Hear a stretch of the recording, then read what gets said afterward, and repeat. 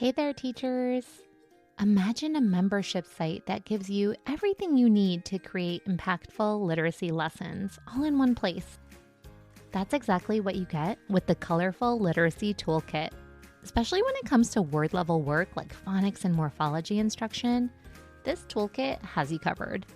It's packed with science of reading aligned resources and activities that make your small group table come alive, helping every student break down words with confidence. And the best part?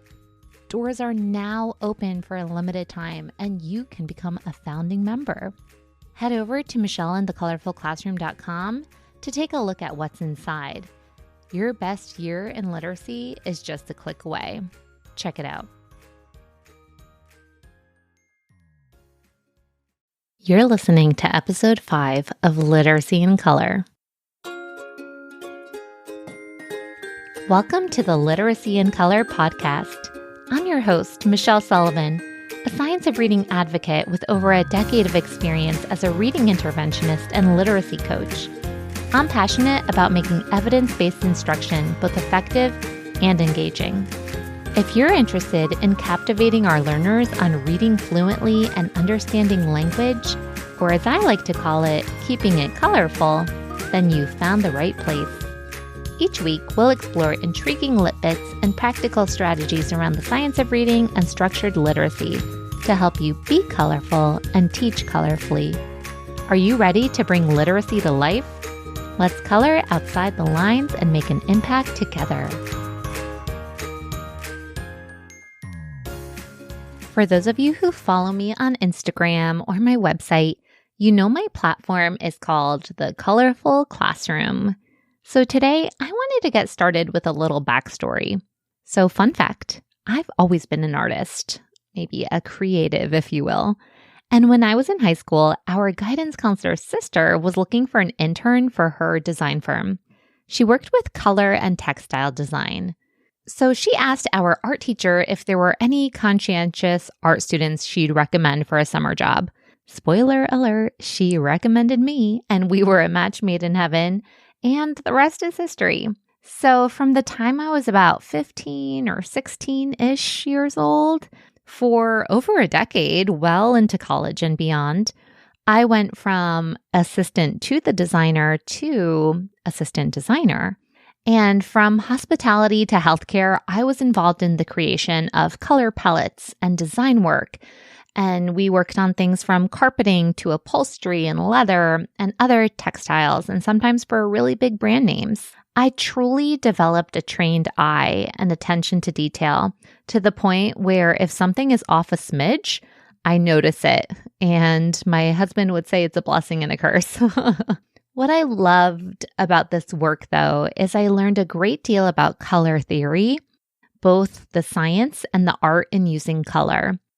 And this is not only just how colors mix and match, but the messages that they can communicate, how they can affect our emotions or perceptions, how they can create harmony in a space. And on a deeper level, essentially, everything is energy. So fast forward to my first teaching job, I heard of this little website called Teachers Pay Teachers, and I started creating my own teaching materials. And of course, I needed a name. So with all I knew about color from my years of work in design, I decided to call myself the Colorful Classroom. From the origin, it has always been about creating a harmonious learning space with intentionality for students to thrive. And several more years down the pipe, my teaching role also evolved. So in 2013, I became a reading interventionist.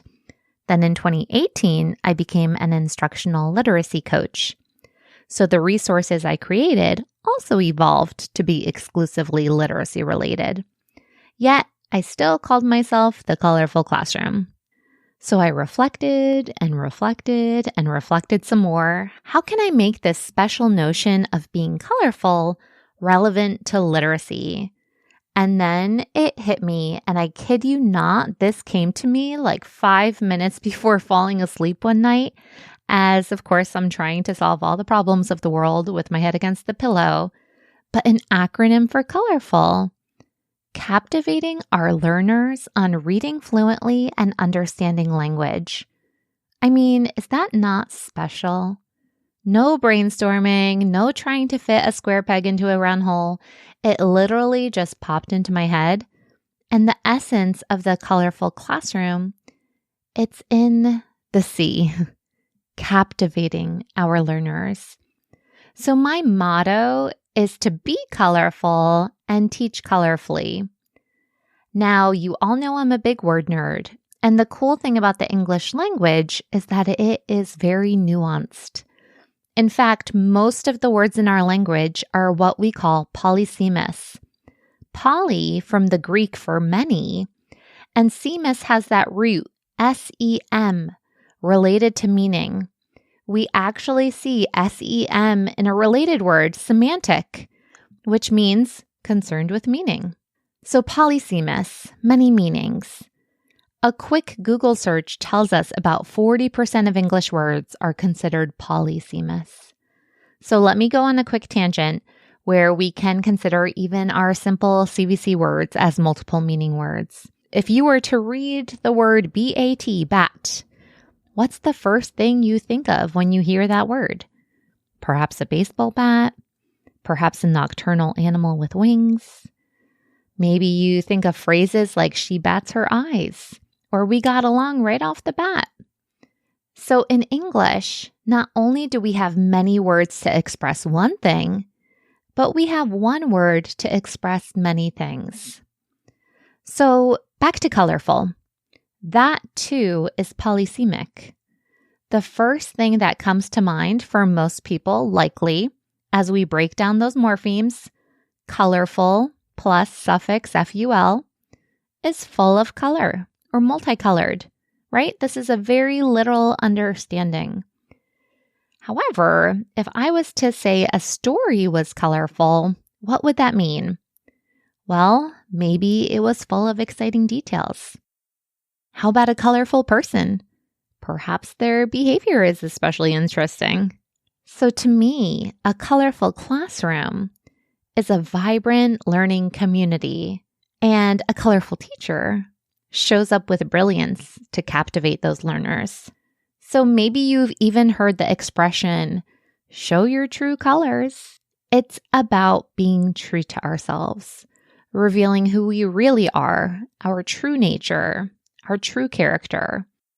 And going one step further, on an even deeper level, a colorful classroom is even one that accepts and honors and loves people of all colors, where every learner is welcome and respected, their cultures, their backgrounds, their life experiences, which isn't that special.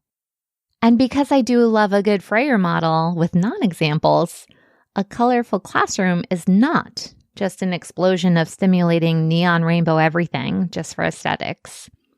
The use of color can certainly be fun, but to me, it's intentional and purposeful to enhance that learning experience. So now that you have an understanding of what a colorful classroom is and the why behind my platform, let's dive into 3 ways we can create a colorful classroom when it comes to literacy, both literally and figuratively.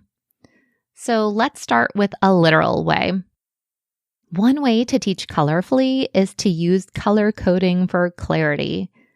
So color coding is an easy and effective strategy for helping students visually categorize and organize information. Whether it's highlighting phonics patterns or marking up morphemes in words, colors help learners quickly make sense of a new concept. So for example, in phonics, I love to have vowels in one color and consonants in another color, especially when we're doing word building. Or when I'm teaching morphology and working with word parts like prefixes, roots, and suffixes, one thing I like to do is assign a color to each word part to help students see the structure of words at a glance. You can think of a traffic light. Prefixes can be green at the start of a word, base elements can be yellow, and suffixes can be red. Or I prefer pink because I'm not really a primary color kind of girl. And comprehension-wise, students can even mark up texts with highlighters. And disclaimer, this would be on a printable, not a book. But green means I understand what this means, whereas pink highlighter might mean I don't understand this word or phrase or sentence or even paragraph.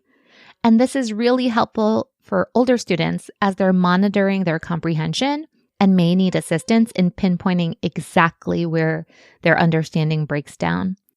It's a quick visual cue for what's being understood and where you need to spend some more time.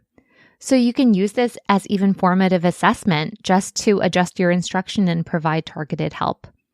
Color coding offers immediate feedback, and that really can empower students to become more independent in monitoring their comprehension to make sense of texts. And just a word to the wise, when we're color coding with actual pens or markers, I'd recommend sticking to just 2 or 3 colors. You want to consider executive functioning skills. If students start using 4 or more colors, then it feels more like an art project, and it's difficult to toggle between picking this up, taking the cap off, switching it around, etc. So keeping it simple with 2 or 3 colors allows the focus to remain on the content and not just the process of switching colors around. So now that we've covered a literal use of color, let's dive into a more figurative way we can make our classrooms more colorful. So a second way we can teach colorfully is to utilize colorful language. Being colorful in literacy isn't limited to visuals. It can be about the words we choose and the stories we tell. Think about the language comprehension portion of Scarborough's rope. The benefits of using rich descriptive language really is threefold. From a listening comprehension aspect, it helps build their oral language. It also, though, helps students visualize stories and concepts more precisely. And a third benefit is just by modeling, we're encouraging students to explore colorful language in their own writing, adding those vivid details and emotions and just variety to their words, making their writing more engaging and expressive. When I was a classroom teacher, I used to keep a special pen cup on my desk stocked with the best of the best, Flair pens and ink joys. I had a little sign on the cup that read "Colorful pens for colorful words." And as students move through the writing process, they sometimes got to trace over one of their extra special colorful words with a fun color. It was a fun way to motivate students to think carefully about their word choices. And it's a small celebratory moment that can just make their writing feel more special. And of course, the third way to be colorful, in the most figurative sense, is to infuse your lessons with energy and joy. Again, being colorful in the classroom goes beyond visuals. It's about showing up with energy and joy and enthusiasm for teaching literacy. Whether it's even reading aloud with expressive voices or incorporating movement, maybe you're adding games or hands-on activities to the learning. A colorful teacher brings lessons to life and captivates learners. I personally have always been the sing-song type teacher. For example, how do you spell because? Let's sing happy birthday. B-E-C-A-U-S-E. Working on contractions? Let's do the hokey pokey. You pop some letters out, you put apostrophes in. And if you follow Carla Saravo from IMSE on Instagram, you know that she and her husband put out the best phonic songs on YouTube. So if you love Encanto, we don't skip or guess words. No, no, no, no. We use strategies we know. And by now you're either like, oh, that's so cute, Michelle, or please take the microphone away from her. But I promise you the kiddos love it, even if you don't have a great singing voice. And not to say you have to be the sing-song type teacher, but find your way to captivate your learners. So to wrap things up, being colorful in our literacy classrooms, it's much more than just creating a colorful explosion in our rooms. It's about intentionality, creating an environment that captivates and empowers our students. Whether you're color coding for clarity, using colorful language, or incorporating joyful energy into your lesson, your goal is always the same: to make learning meaningful and engaging. Follow the science, but captivate your learners. A colorful classroom isn't just an aesthetic choice, it's a strategic one. It's about showing up with brilliance and creating spaces where students feel excited and supported and inspired. And when we as educators show up with this energy, our students pick up on that, and it reflects in their own enthusiasm for learning. So whether you're physically bringing color into your instruction with tools like pens and highlighters, or figuratively bringing color through your energy and joy and inclusivity, know that your efforts make a huge impact. The colorful classroom's all about creating harmony in learning, and that harmony comes from the heart. And it's not about how things look, but about how they feel for your students. And when they feel engaged and inspired, they'll be more successful in their literacy journeys. So thank you for tuning in today and hearing a little bit about my backstory. I hope you're feeling inspired to bring even more color into your literacy instruction, both literally and figuratively. So until next time, stay colorful and keep captivating your learners.